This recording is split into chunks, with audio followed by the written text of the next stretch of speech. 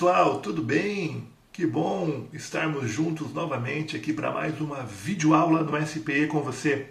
E essa semana a nossa videoaula vai ser um pouquinho diferente, porque nós vamos revisar aí as aulas que vocês tiveram nas últimas 4 semanas. É isso aí. Então hoje nós vamos rever alguns conceitos lá do final do volume 5, onde vocês estudaram princípio de Pascal, princípio de Arquimedes. Também vamos aí no início do volume 6, com temperatura, lei zero da termodinâmica, conversão ali de escalas termométricas, tudo isso, tá legal? E é claro, eu vou deixar algumas atividades para vocês se divertirem durante a semana. Muito bem, então nós vamos dar início ao nosso bate-papo de hoje falando sobre o princípio de Pascal. Esse princípio aí que foi enunciado pelo Blaise Pascal, que tem uma série de implicações no nosso dia a dia, aí no nosso cotidiano, tá? Então vocês podem acompanhar comigo aí na tela essa imagem que nós temos de um Aquaplay, esse brinquedinho aí, década de 80, 90, nem sei se é vendido mais hoje, mas era legal, era o smartphone da época, vamos dizer assim, né? Ele funciona justamente pelo princípio de Pascal, porque você aperta o botãozinho ali, gera uma pressão num ponto do líquido, tá? E o intuito do brinquedo é você fazer gol ou fazer a cesta ali utilizando a diferença de pressão do líquido, jogando a bolinha para um lado e para o outro. Tá, mas como que isso acontece, né? Bom, o princípio de Pascal diz o seguinte: quando você tem uma pressão, uma variação de pressão em um ponto do líquido, essa variação de pressão é transmitida a todos os outros pontos desse líquido, inclusive para as paredes do recipiente. E isso, como eu disse, tem um monte de implicações. Por exemplo, o macaco hidráulico, aquele dispositivo lá que é utilizado para levantar os carros, para trocar pneu, enfim, funciona através de prensa, de princípio de Pascal. Por quê? Como que funciona? Então, no macaco, a pressão no cilindro menor é igual à pressão no cilindro de maior área. Então, você sempre vai ver aí nessas aplicações de princípio de Pascal, fluidos, um óleo, por exemplo, aplicações de forças em locais de diferentes áreas. Então, nós temos aí, no caso do macaco, um cilindro de menor área e um cilindro de maior área. Então, assim, com uma pequena força aplicada no cilindro menor, temos uma força maior que é transmitida no cilindro de maior área. Então você consegue multiplicar a força, porque a força que você faz ali no macaco, com as suas mãos, não é a mesma força que está sendo feita lá na outra ponta dele para levantar o carro. É claro, você faz uma força muito menor. E isso só é possível em função desse dispositivo hidráulico, tá? Com uma diferença entre áreas nas duas regiões. Uma outra aplicação aí que nós podemos citar, bem legal e muito, muito utilizada, é claro, são os freios dos automóveis, dos veículos. Então, o freio hidráulico, nós temos o pedal, que o motorista vai aplicar a força. Percebam que há um cilindro menor e lá perto da roda, mais para o lado direito, um cilindro maior. Então, quando o motorista aplica a força aí no pedal, então vai provocar o deslocamento de um êmbolo, causando a variação de pressão no óleo, que se encontra no cilindro chamado aí cilindro mestre. Então há um local onde tem um óleo, um reservatório. Então o motorista pisa no freio, depois parte desse óleo se desloca para o cilindro da roda, que é aquele cilindro maior. Estão percebendo aí, que tem uma diferença de tamanho entre esses cilindros. Logo em seguida, aciona um segundo êmbolo que está acoplado à pastilha de freio. Então é como se o pedal que o motorista estivesse acionando, a força que ele está fazendo ali, fosse multiplicada para chegar na roda. É claro que a força que o motorista está fazendo para parar o carro no pedal não é a mesma força que está sendo executada na roda. Se não tivesse esse dispositivo, o motorista teria que fazer uma força muito grande lá no pedal para poder parar o seu carro. Então a pastilha de freio é comprimida contra o disco, dessa forma a velocidade de giro da roda vai diminuir, como nós bem sabemos. Podemos falar também sobre a prensa hidráulica. Então aqui talvez fique mais simples aí para a gente analisar o que acontece. Então do lado esquerdo nós temos uma força F1 sendo aplicada num local de área A1, Percebam que quando eu comparo a área 1 com a área 2, há uma diferença entre elas. Por consequência, se eu tenho uma força aplicada numa área, eu terei uma pressão. E essa pressão, nós já vimos, ela é transmitida a todos os pontos do líquido. Chegando lá do outro lado, no lado 2, então se a pressão que chega ali é a mesma, eu terei obviamente uma força sendo aplicada numa área. Só que percebam que a área 2 ela é muito maior do que a área 1.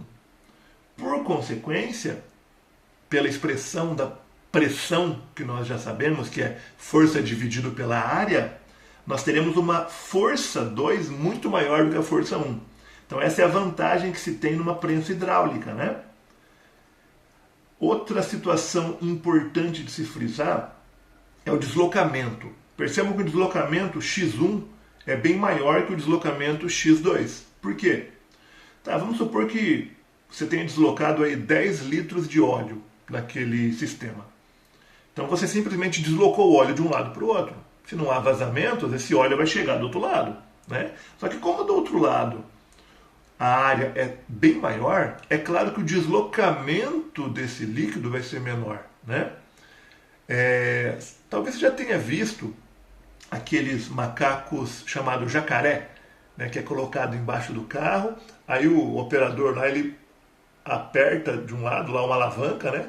Desloca bastante essa alavanca e lá no carro ele sobe só um pouquinho, justamente por essa situação aí, tá? Você aumenta sim a força que você faz, só que você tem que acabar fazendo um deslocamento maior, o que não é problema nenhum, né? Porque é bem melhor você fazer uma força menor, né? Isso é mais interessante para essas situações, não tem problema você deslocar um pouco mais, tá? Então a ideia das aplicações aí do princípio de Pascal é justamente essa, você aumentar a força, né?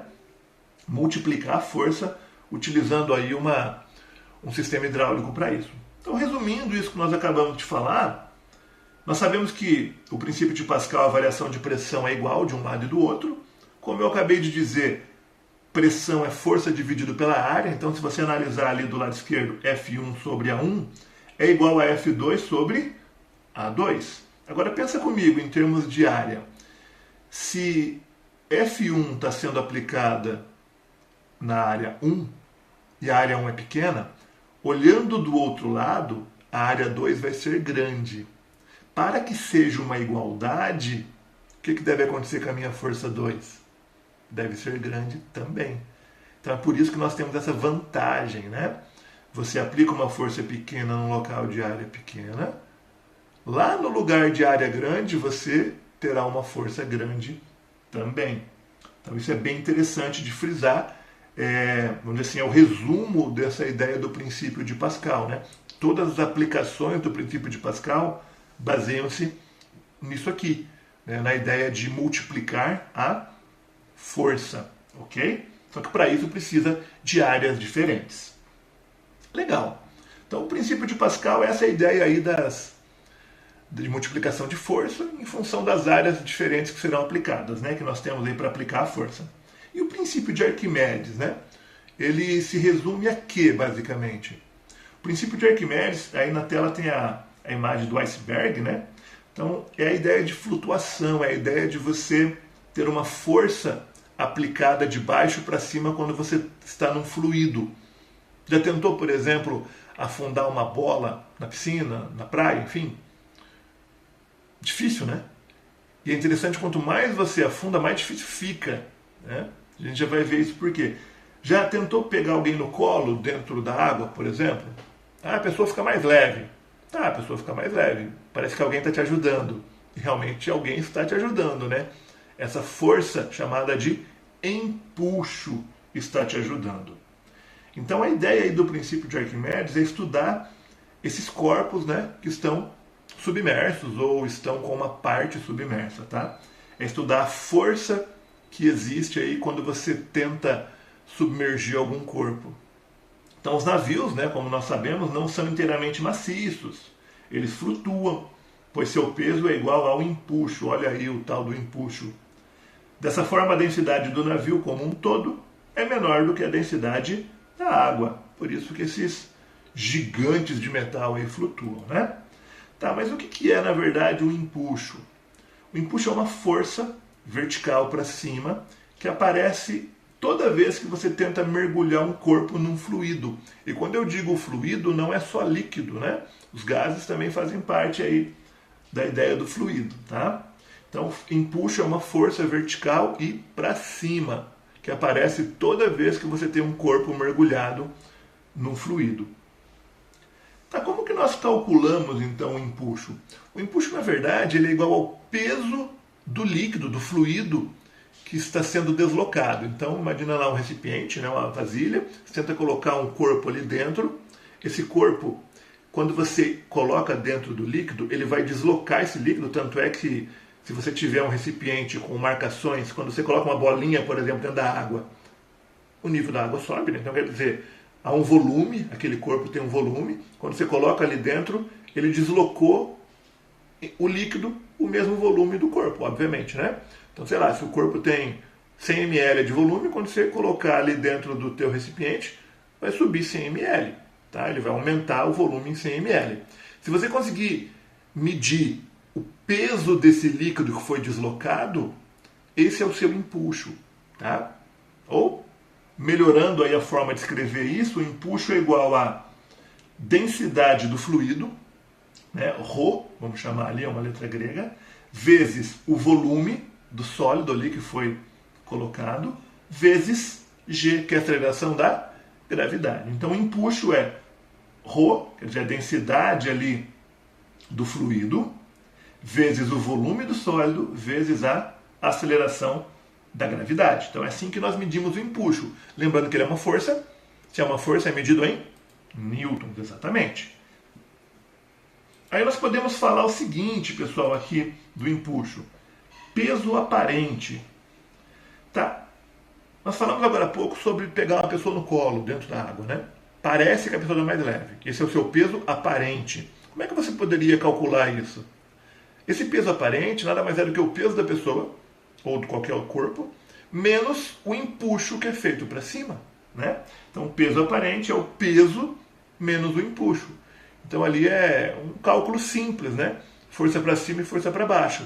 Peso para baixo, empuxo para cima, faz uma diferença entre eles ali, você tem o peso aparente da pessoa, né? E o que ocorre quando o peso é maior que o empuxo? E quando é menor? E quando é igual? O que ocorre? Será que os corpos afundam ou flutuam, né? Então, relação de peso e empuxo, resumindo. Quando o peso é maior que o empuxo, o corpo afunda, né? E a relação entre as densidades do corpo e do fluido, a densidade do corpo é maior que a densidade do fluido. Relação entre peso e empuxo. Quando o peso é igual ao empuxo, nós temos o quê? Um equilíbrio totalmente submerso. Então ele afunda ou sobe? Está em equilíbrio. E quando o peso é menor que o empuxo, o corpo sobe, né? Poxa, nós vemos isso aí em submarinos, né? Então o que acontece quando o submarino ele quer afundar ou subir lá, submergir ou emergir, ele aumenta o seu peso, né? Ele abre os tanques lá, entra água, né, nos tanques de lastro, ele fica mais pesado e ele desce. Quando ele quer subir, ele expulsa essa água, vai equilibrando ali o seu peso e o seu empuxo, né? E ele vai subir. Eu não consigo, por exemplo, no submarino, variar o empuxo dele quando ele está completamente submerso. Porque a densidade da água não varia, a gravidade não varia e o volume dele também não vai variar, né? Porque ele já estaria totalmente submerso. Então aí nós temos mais uma ideia, né, de um corpo totalmente submerso em equilíbrio. O peso é igual ao empuxo, né, o volume do fluido deslocado é igual ao volume total do corpo, porque ele está totalmente submerso. E o corpo parcialmente submerso em equilíbrio. O caso, por exemplo, dos icebergs, né, que nós vimos na imagem inicial. O peso ainda é igual ao empuxo, só que o volume do líquido deslocado é igual ao volume submerso do corpo, né, que nós não temos o corpo totalmente submerso no líquido, só uma parte dele. Exemplo do iceberg ou quando o submarino está, antes de submergir, está lá em cima, né, esperando a tripulação entra. Maravilha, maravilha. Fechamos essa parte. Agora partiu o volume 6. Vamos lá, as últimas videoaulas que nós trabalhamos. Lembram-se o que nós estudamos? Entramos aí na parte de termometria, né? E nós vimos primeiramente aquela questão de temperatura. Tá, legal. O que é temperatura, né? Temperatura é uma grandeza que está associada ao grau médio de agitação das partículas, das moléculas do corpo. Então, quanto mais agitadas estão essas moléculas, essas partículas, maior é a temperatura desse corpo. Lembre-se que não tem a ver com temperatura e calor, né? Não, as grandezas não representam a mesma coisa. Há uma diferença significativa entre elas, né? Primeiramente, estamos definindo aqui temperatura. Temperatura tem a ver com o grau de agitação das moléculas. Então, maior agitação, maior temperatura. Menor agitação, menor temperatura. Simples assim. Muito bem.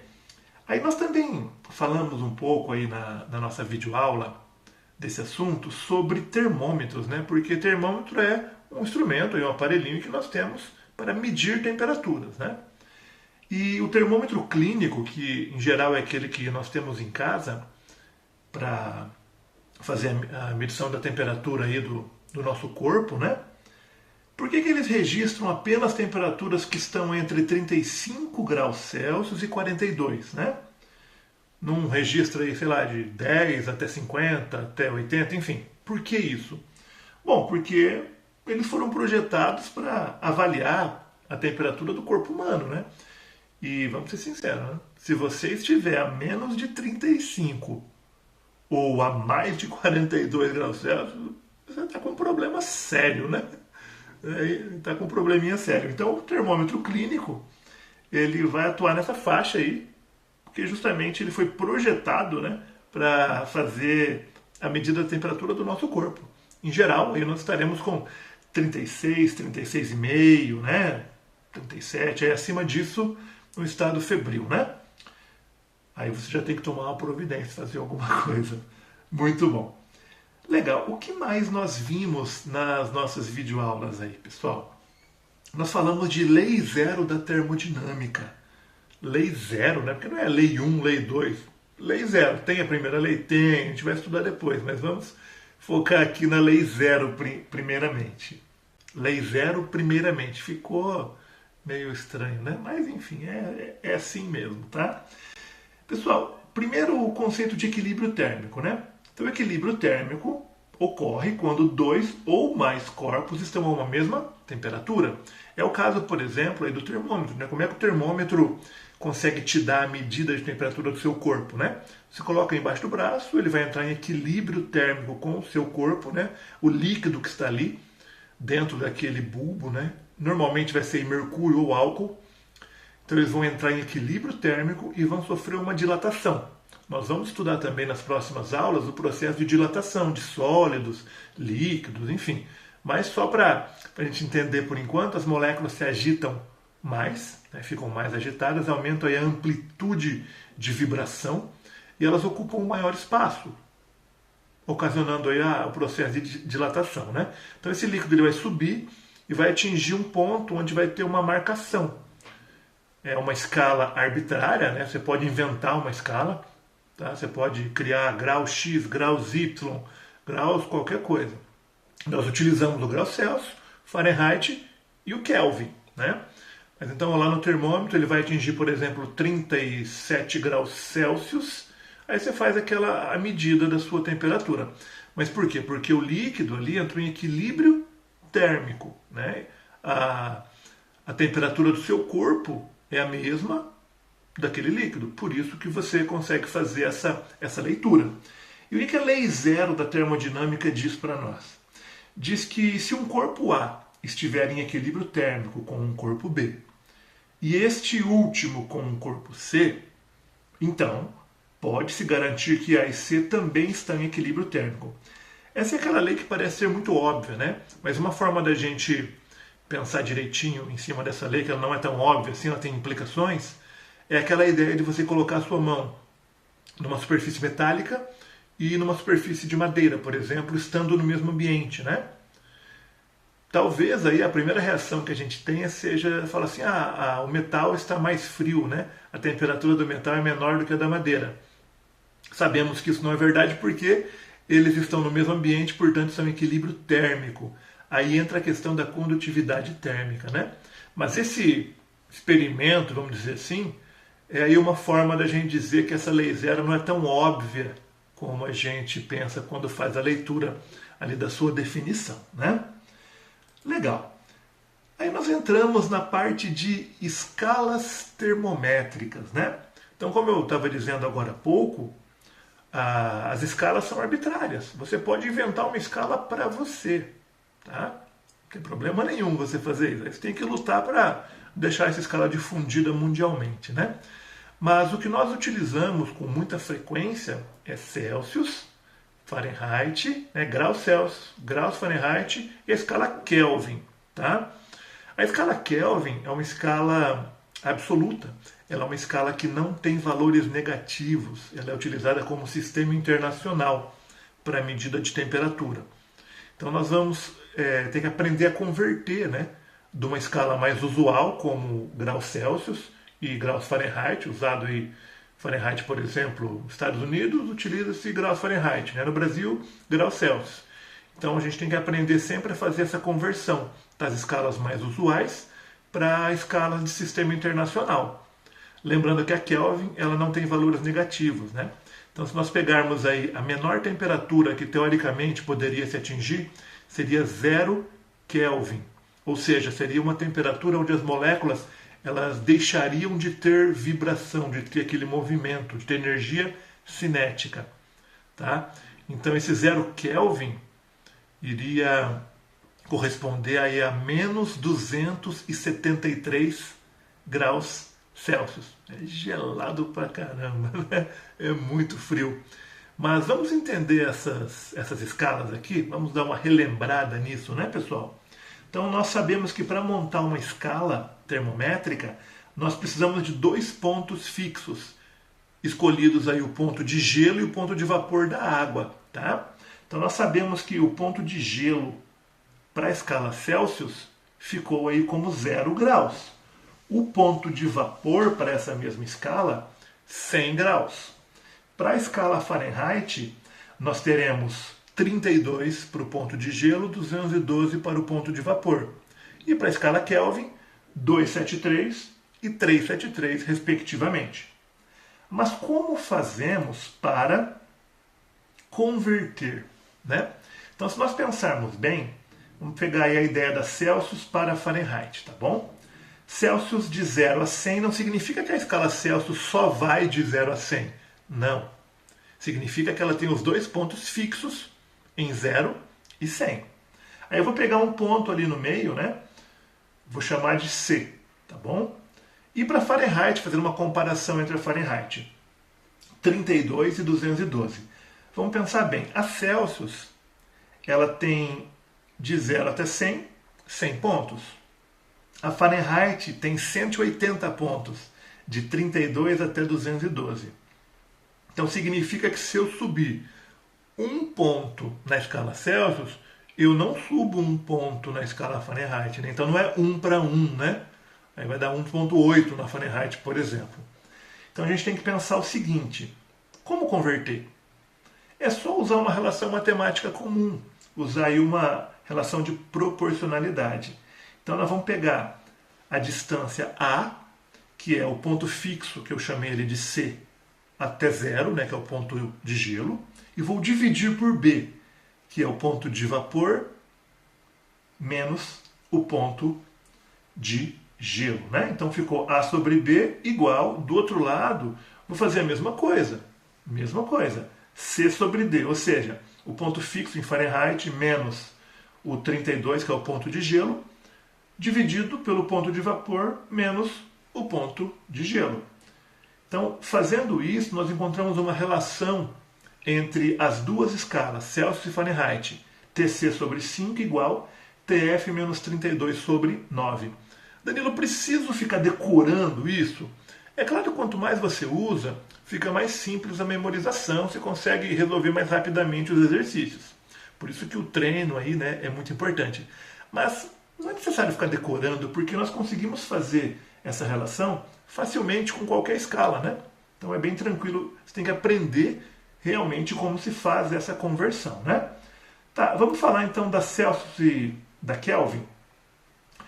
Converter de Kelvin para Celsius ou vice-versa é o mais simples que tem, porque a relação que nós temos de Celsius e Kelvin é de 1 para 1. Então a Celsius vai de 0 a 100, entre o ponto de gelo e o ponto de vapor, e a Kelvin de 273 a 373, ou seja, ali a distância, vamos dizer assim, entre elas é de 100 pontos também. Então fica uma relação fácil, né? Que nós podemos dizer que TK, ou seja, a temperatura em Kelvin, é igual à temperatura em Celsius, somando aí 273.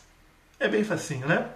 Agora, pessoal, nós vamos fazer o seguinte, eu vou deixar para vocês algumas questões para que vocês trabalhem aí durante a semana, tá? Utilize essa semana de revisão para realmente verificar aquilo que vocês estudaram, dar uma repassada em tudo, resolver aí os exercícios do seu livro de atividades, do seu livro do aluno, utilizar aí o positivo on, fazer trilha, aproveita essa semana para isso, tá? Estou deixando então as atividades indicadas aí para vocês e naquela live de revisão o professor Edgar vai corrigir algumas delas com vocês, tá legal, gente? Um grande abraço a todos vocês, nós nos vemos na próxima videoaula. Tchau, pessoal!